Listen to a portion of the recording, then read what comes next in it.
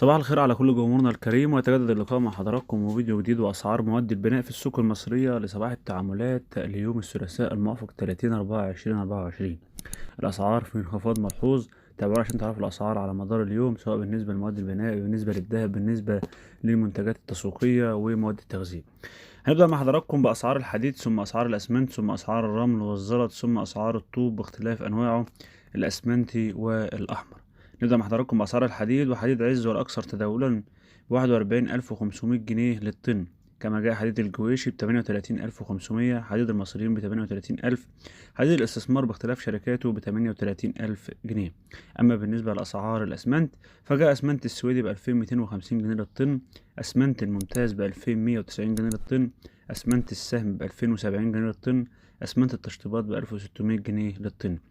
أما بالنسبة لأسعار الرمل، فسعر المتر الرمل يتراوح ما بين 90 ل95 جنيه باختلاف الأماكن. أيضا بالنسبة لأسعار الزلط المكسر ب280 جنيه للمتر. أما أسعار السن مقاس 1.5، فسعر المتر 290 جنيه. بالنسبة لأسعار الطوب، فجاء الطوب الأسمنتي مقاس 24 في 5 في 11 ب1500 جنيه للطن للألف. أما بالنسبة لأسعار الطوب الأسمنتي مقاس 25 في 6 في 12، فسعر الألف 1850. بالنسبة للطوب الأحمر، فيتراوح سعر الألف ما بين 1240 ل1550 جنيه. كده أكون قدمت لحضراتكم أسعار مواد البناء ليوم الثلاثاء. كل اللي بتمنى من حضرتك الاشتراك في القناة وتفعيل زر الجرس.